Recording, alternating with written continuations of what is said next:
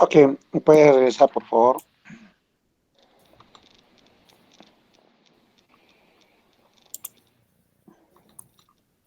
Sí, doctor. Ok. Tus diapositivas, por favor. Sí, sí. Lo había desactivado por error. Ya lo vuelvo a activar.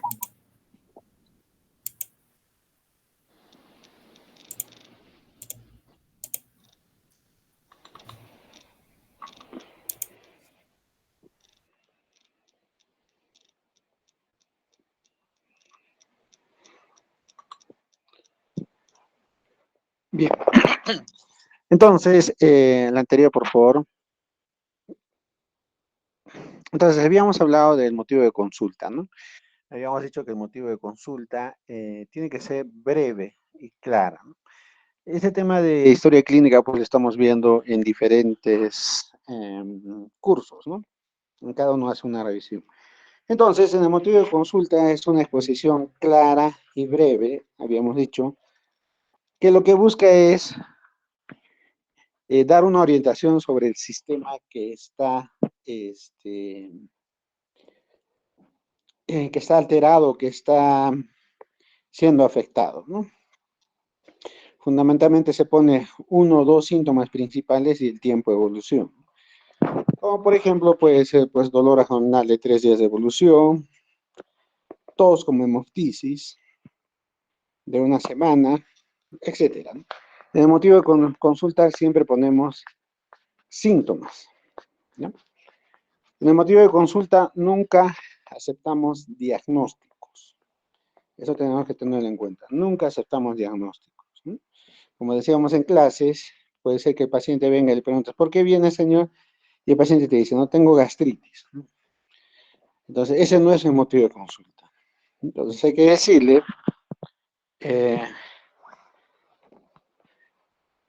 que decirle claramente,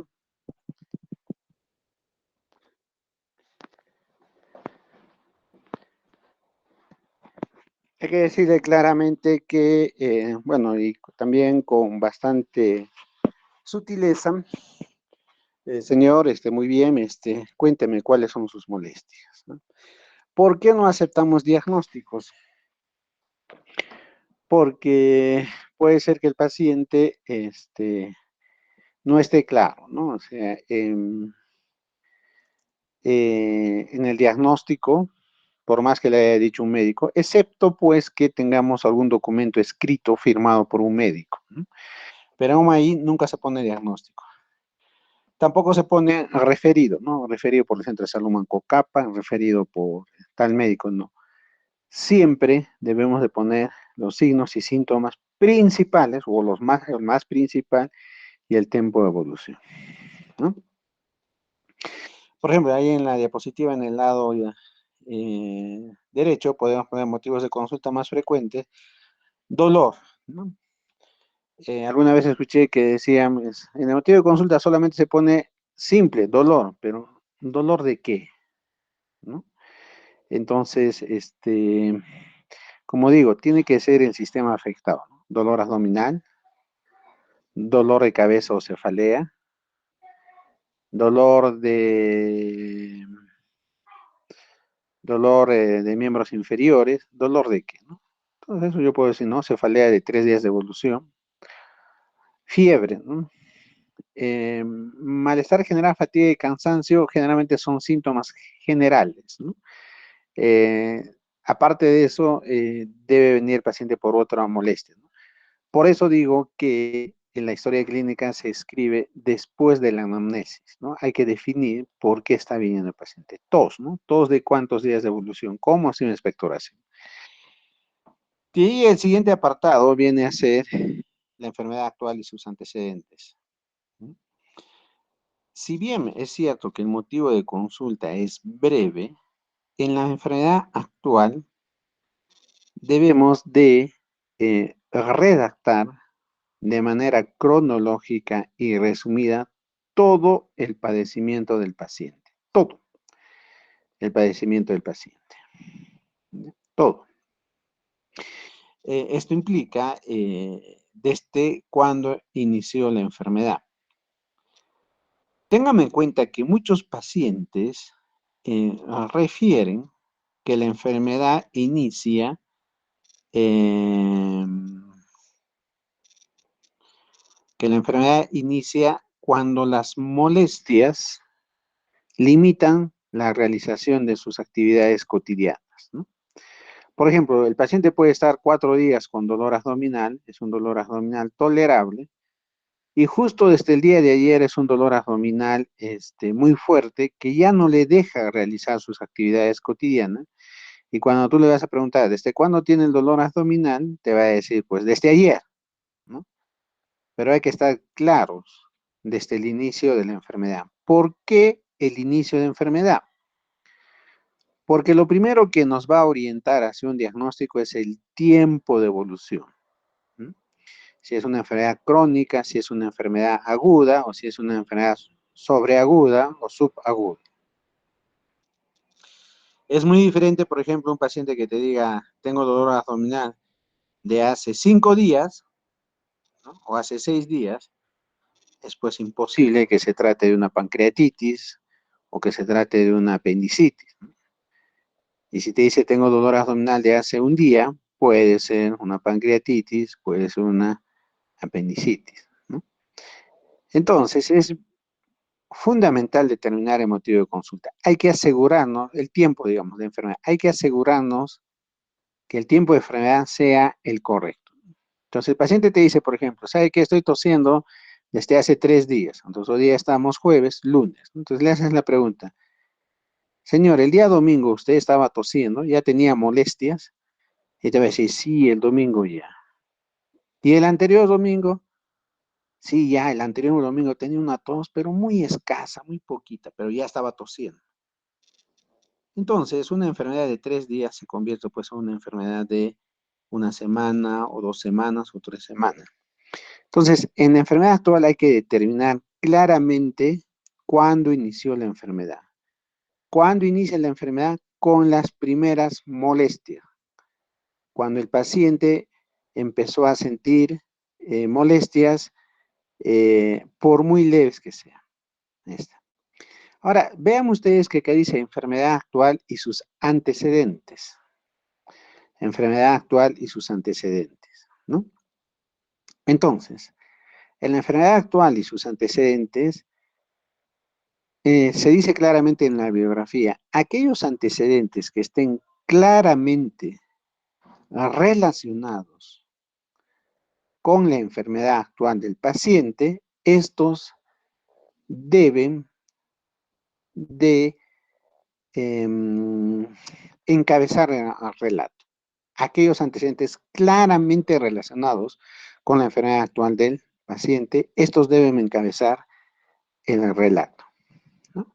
Por ejemplo, si un paciente tiene neumonía, es un antecedente claramente relacionado el hecho, digamos, que el paciente sea un tabaquista o que el paciente haya tenido tuberculosis o que el paciente tenga alguna enfermedad pulmonar crónica, ¿no? Puede ser un paciente que tiene asma y que está haciendo neumonía, ¿no?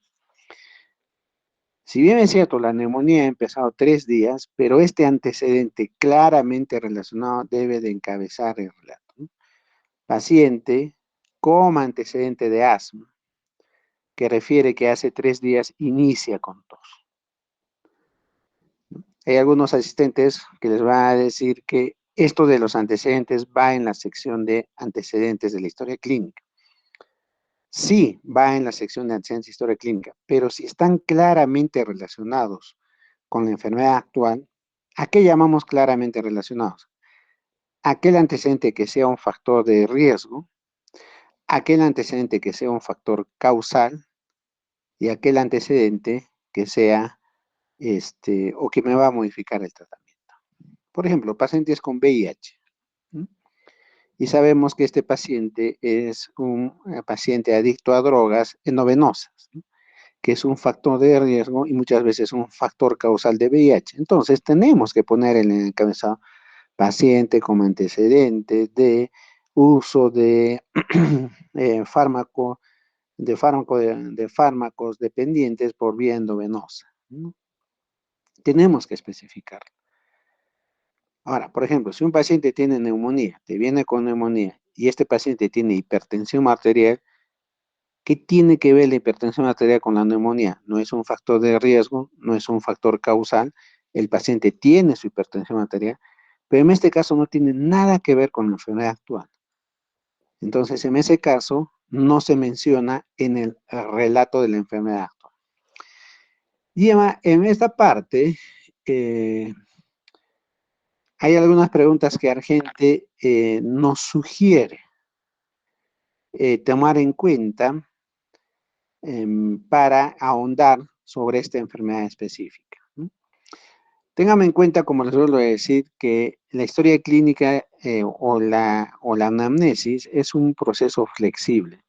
Muchas veces estamos más concentrados en pensar qué le voy a preguntar ahora y no en atender al paciente e ir dialogando acorde a dónde te lleva el diálogo, ¿no? Sin embargo, es prudente que tengan estas preguntas este, em, para poder realizarlas, ¿no? Que tengan en cuenta para poder realizarlas. Entonces, véame, ¿no? ¿Cuándo empezó a sentirse enfermo? Es vital determinar el tiempo de enfermedad, ¿no? ¿Con qué síntomas se inició? ¿Cómo comenzó la enfermedad? Es muy distinto un paciente que me venga con tos, fiebre y hemoptisis, ¿no? Que primero ha tenido tos, fiebre y luego hemoptisis, a un paciente que me venga por, a ver, es diferente un paciente que haya iniciado hace 4, 5, 6 días con tos, dolor torácico y hemoptisis, a un paciente que ha iniciado con dolor torácico, hemoptisis y luego tos, ¿no? Primero el dolor torácico y luego la tos y la hemoptisis. Es diferente, por eso es importante determinar qué síntomas y en qué orden se presentaron.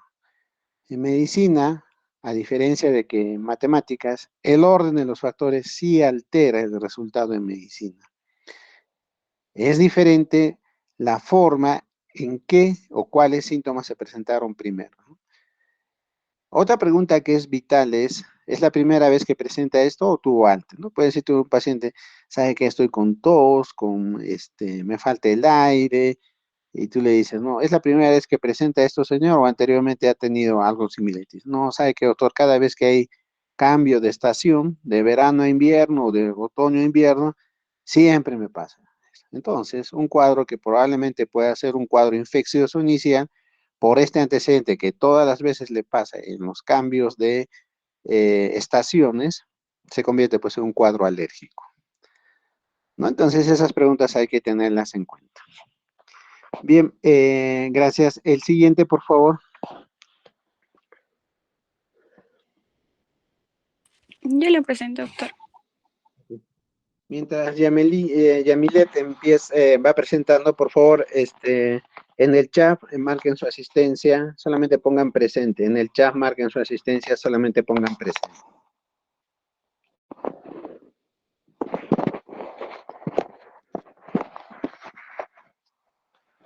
Bien. Puedes empezar, Yamilet, por favor. Ya bueno, continuando con la exposición de lo que es historia clínica, yo les voy a hablar acerca de los antecedentes respiratorios, de los antecedentes personales, también de los antecedentes familiares, de consideraciones diagnósticas y de la evolución diaria. Siguiente.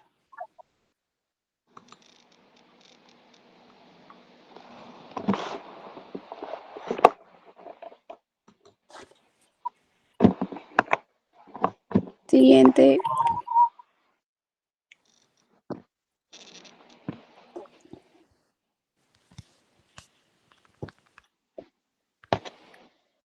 Doctor, un rato, por favor.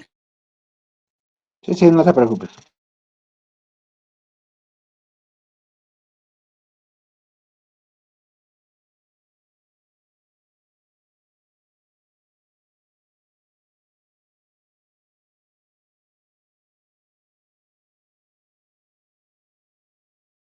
Ya, dentro de los antecedentes fisiológicos, es importante ya que esto corresponde a los aspectos normales del desarrollo y la función del aparato respiratorio que se da a lo largo de la vida. Y dentro de estos incluyen lo que es el desarrollo prenatal y neonatal. En el neonatal y prenatal, bueno, en el prenatal y en el neonatal se da la maduración pulmonar, que, bueno, la respiración eficaz se da después de las 35 semanas y el primer llanto indica la apertura y la expansión alveolar al nacer. Lo que sería en la adolescencia y en la adultez sea el crecimiento pulmonar completo, que aquí se ve el crecimiento pulmonar completo con la maduración de la capacidad vital y también con los volúmenes pulmonares. Como sabemos, la frecuencia respiratoria en los adultos va desde los 12 hasta los 20 respiraciones por minuto y el patrón tóraco-abdominal predomina en las mujeres de la respiración costal y en los varones en la diafragmática.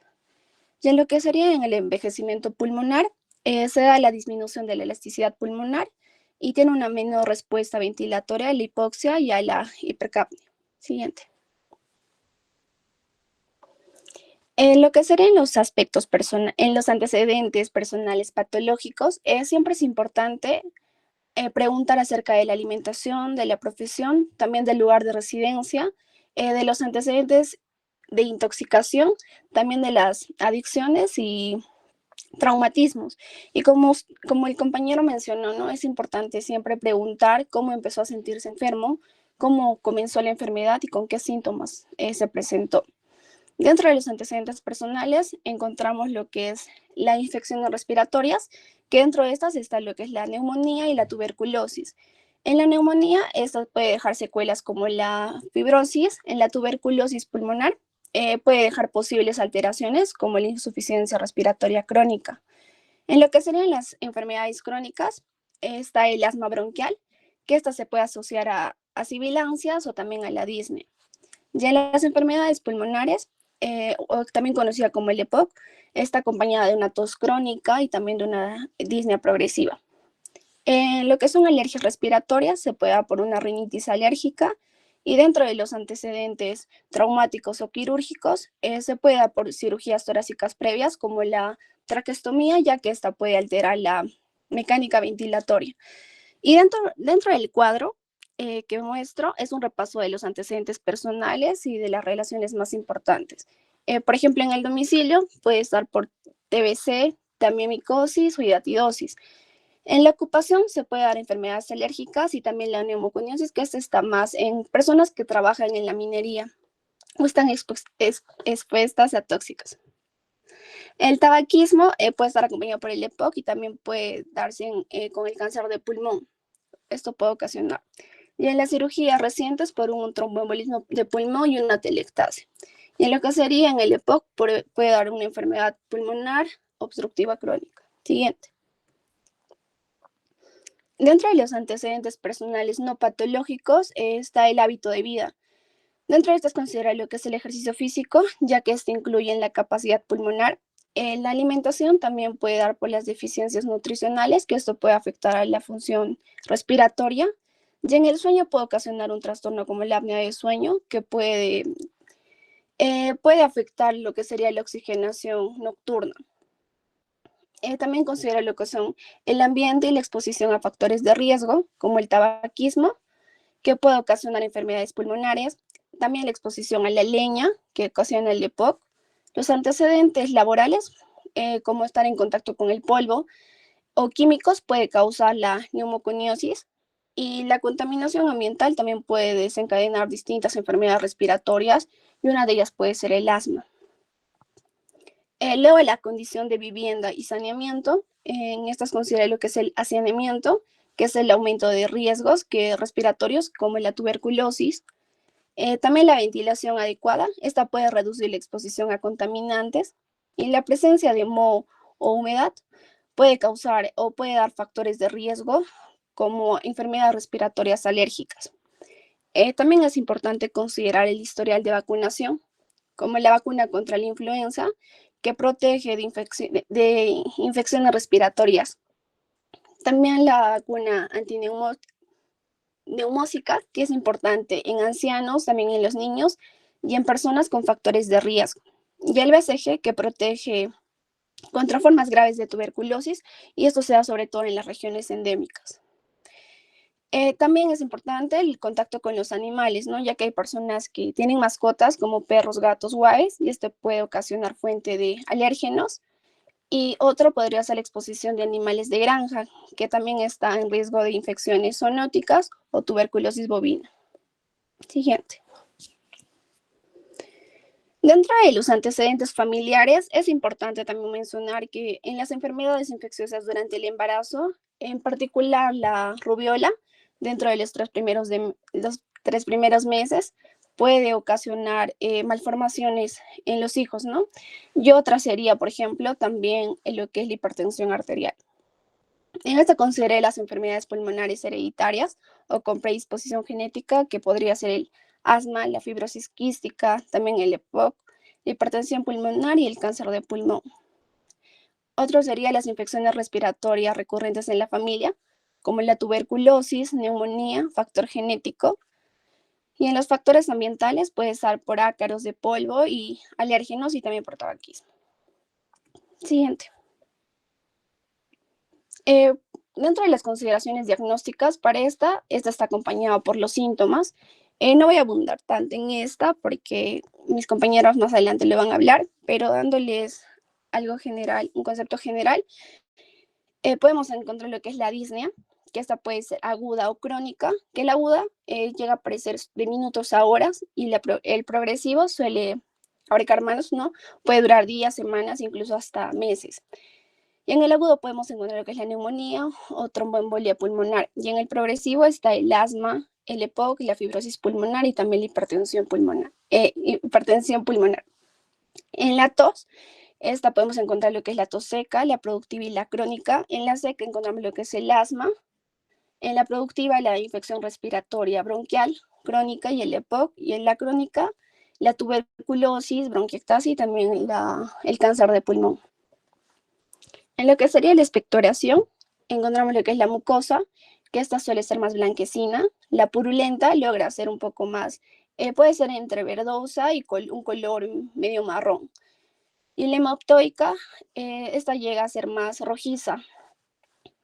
En esta podemos encontrar, en la mucosa están las infecciones virales. En la purulenta puede ser también por una infección bacteriana, y en la hemoptoica está en la tuberculosis, la embolia pulmonar y el cáncer de pulmón. En lo que es el dolor torácico encontramos dos, lo que es el pleurítico y el opresivo. En el pleurítico, como este es un dolor más punzante, está en la neumonía y en el neumotórax. Y en el opresivo, que este llega a ser con una sensación de presión, lo vemos en el infarto de pulmón. O se puede sentir en esto. Luego están las sibilancias y el estridor, que en las sibilancias puede estar en el asma o en el broncoespasmo, que esta llega a ser como que un sonido más agudo y se suele escuchar más en la expiración. Y el estridor, este es un sonido más ronco o áspero que se escucha más en la expiración, y eso se puede ver o escuchar en la obstrucción de una vía aérea. Siguiente. Lo que sería la evolución diaria, por ejemplo, en los síntomas, sería una disnea, ¿no? Ver si aumenta o disminuye o si se mantiene igual. Si la disnea es en reposo o solo con esfuerzo. En la tos, si esta llega a ser una tos seca o productiva. También tenemos que ver la frecuencia y la intensidad. En la expectoración, ver la cantidad, el color y la consistencia. En lo que es el dolor torácico, ver si este es persistente. También tenemos que ver la localización y la intensidad. En lo que es en otros síntomas generales, también ver si presenta malestar general o también si presenta una sudoración nocturna. Siguiente. Y bueno, como un apoyo diagnóstico podemos verlo en una radiografía de tórax, también una tomografía y en algunos laboratorios. En una radiografía nos permite ver infecciones, tumores o anormalidades pulmonares como derrames o neumotórax. En la tomografía de tórax nos ofrece imágenes más detalladas del pulmón para detectar enfermedades como la fibrosis pulmonar o una embolia pulmonar.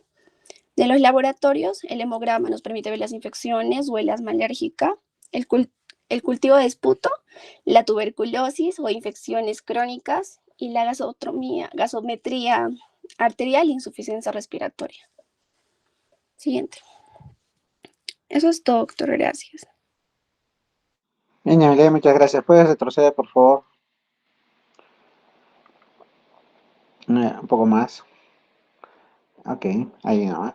Bien, entonces, en todo caso, tenemos que tener en cuenta los antecedentes cuando nosotros estamos frente a un paciente, ¿no? Porque de acuerdo a los antecedentes eh, puede variar las consideraciones diagnósticas o los hallazgos, ¿no? Por ejemplo, en un paciente anciano, vamos a ver pues que su elasticidad pulmonar o ampliación pulmonar está disminuida a diferencia pues de un joven. No vamos a pensar en una patología, por eso es un proceso normal en el anciano. Eh, y también debemos de tener pues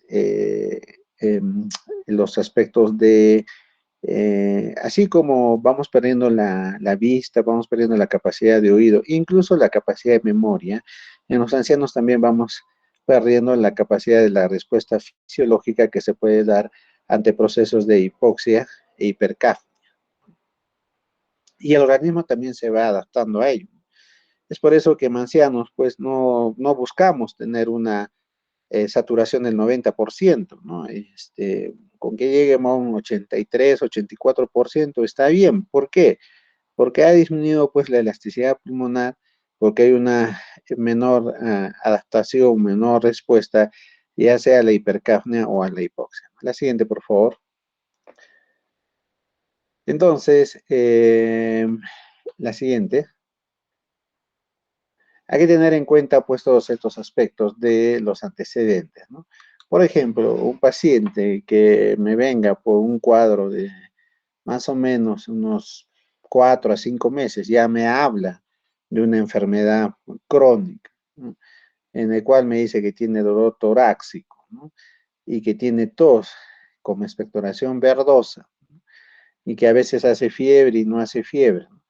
Y que también ha tenido expectoración hemostoica, que ha recibido ya tratamiento en su posta o en la clínica con diversos antibióticos, no ha mejorado, y el paciente me dice pues que está viniendo de Sicuani, ¿no? O de las alturas de Yanaoca, donde hay una bastante actividad de crianza de ganado. Entonces, por ese antecedente, yo tengo que pensar pues en la posibilidad de una hidatidosis, ¿no? De una hidatidosis pulmonar. Entonces, vean ustedes cómo el antecedente de la zona de vivienda o la crianza de animales ya me lleva a pensar en una posibilidad diagnóstica, ¿no? O puede ser, por ejemplo, que tenga el caso de algún paciente que me venga me diga que tiene tos, que tiene expectoración, que tiene fiebre, ¿no? Que inicialmente ha empezado como un proceso gripal y me diga que se dedica a la crianza de aves, ¿no? Que trabaja en la crianza digamos, de gallinas, ¿no? Entonces yo puedo estar pensando en este paciente una neumonía típica producido por clamidia, ¿no? Clamidia de aves, y esto se llama pues citacosis, ¿no? Sería la primera posibilidad diagnóstica, solamente por este antecedente de que se dedica a la crianza de aves, ¿no?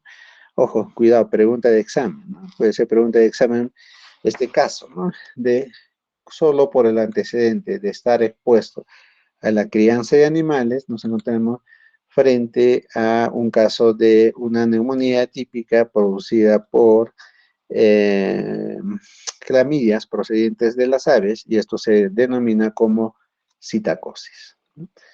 Bien, con esto terminaríamos esta la historia clínica y vamos avanzando por favor con hasta las 10:30 con el siguiente tema que vendría a ser dolor torácico. Le tocaría a Valentina Arizaban. Está Presente, doctor. Ahorita comparto mi pantalla. Mientras va compartiendo Valentina, por favor, prendan su pantalla. Pongan presente, por favor, la asistencia.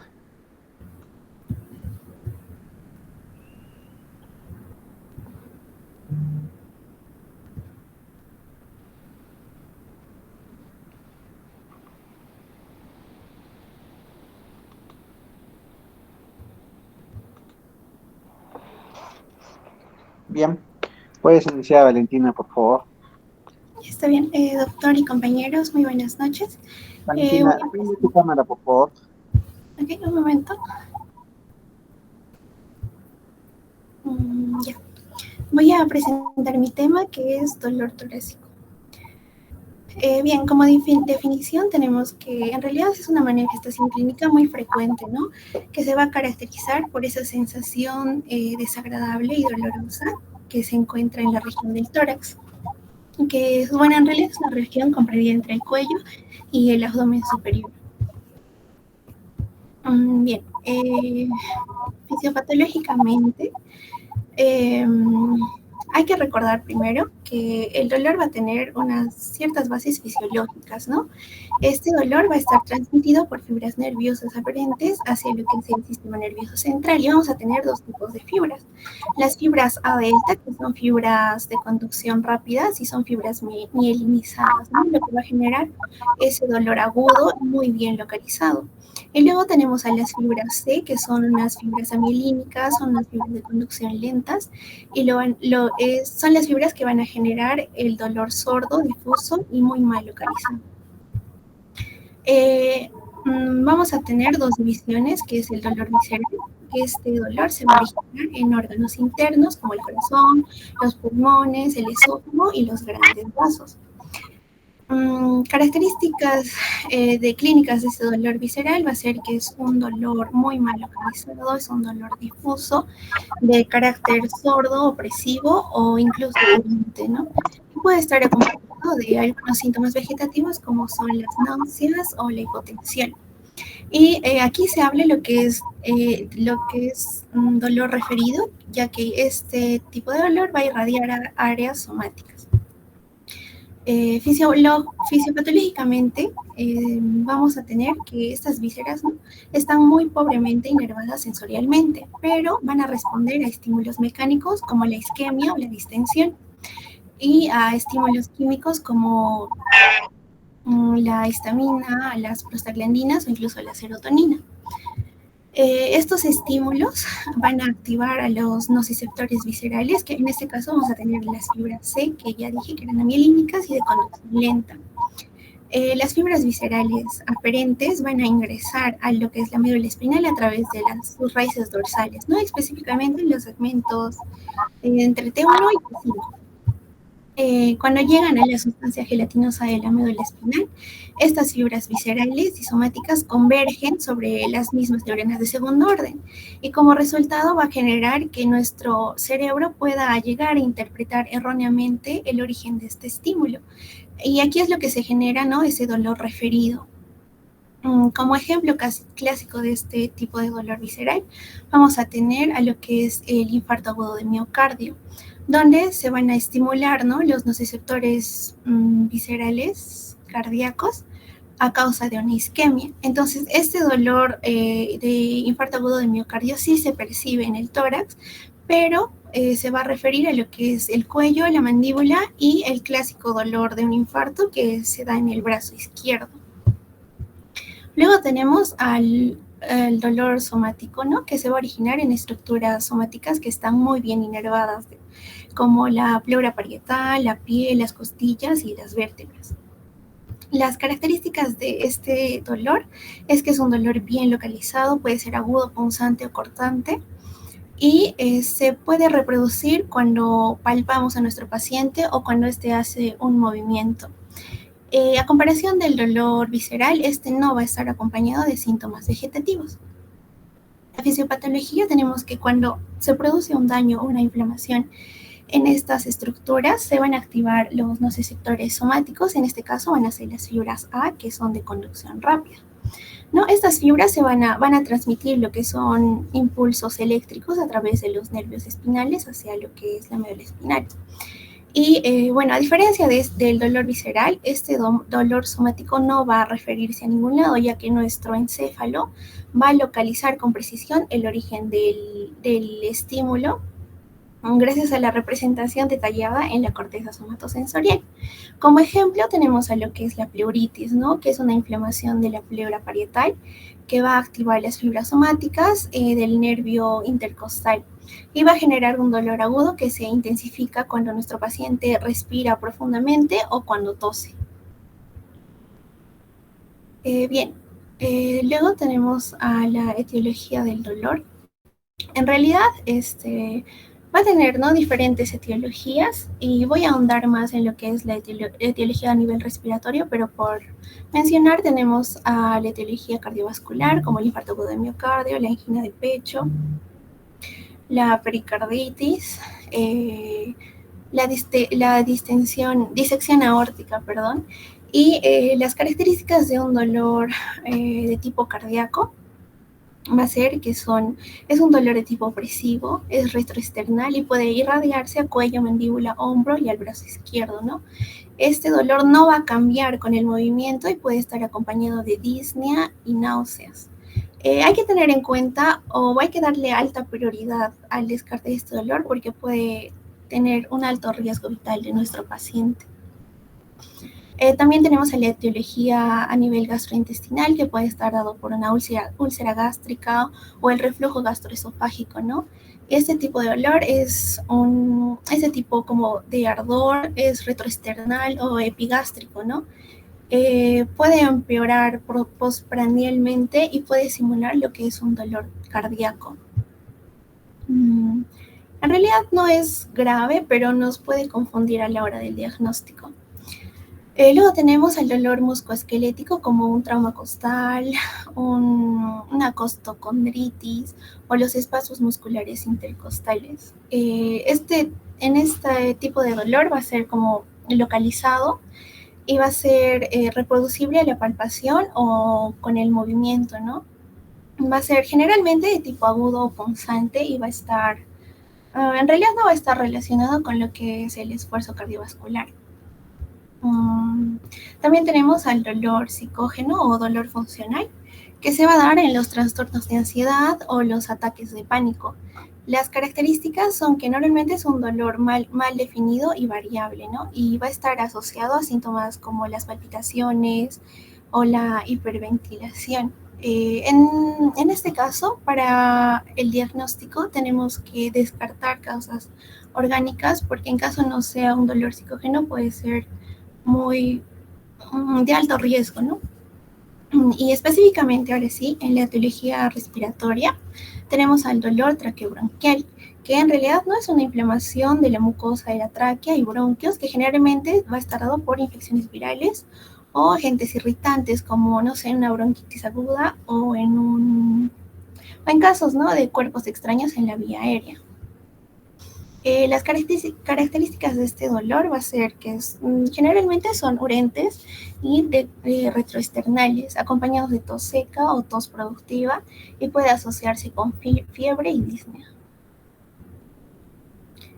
Bien, tenemos al neumotórax, que en realidad es la principal causa del dolor agudo. Y se da, ¿no?, por la acumulación del aire en el espacio pleural y va a ser un dolor punzante, súbito y generalmente unilateral. Va a estar acompañado de la disnea intensa o a la auscultación del disminuyo del murmullo vesicular. También tenemos el síndrome de Tietz, que es una inflamación benigna de los cartílagos costocondrales, ¿no? Especialmente en las primeras costillas. El paciente en este caso va a referir un dolor localizado en la unión costoesternal que va a reproducirse cuando nosotros hagamos la palpación. También tenemos al síndrome de Pancoast-Tobías, que se trata de un dolor torácico causado por un tumor en el vértice del pulmón que va a invadir el plexo braquial. Afecta a los nervios de S8 a T1 y a la cadena simpática cervical. Entonces, nuestro paciente viene refiriendo un dolor intenso que persiste en el hombro y en el brazo y puede acompañarse de lo que es el síndrome de Horner.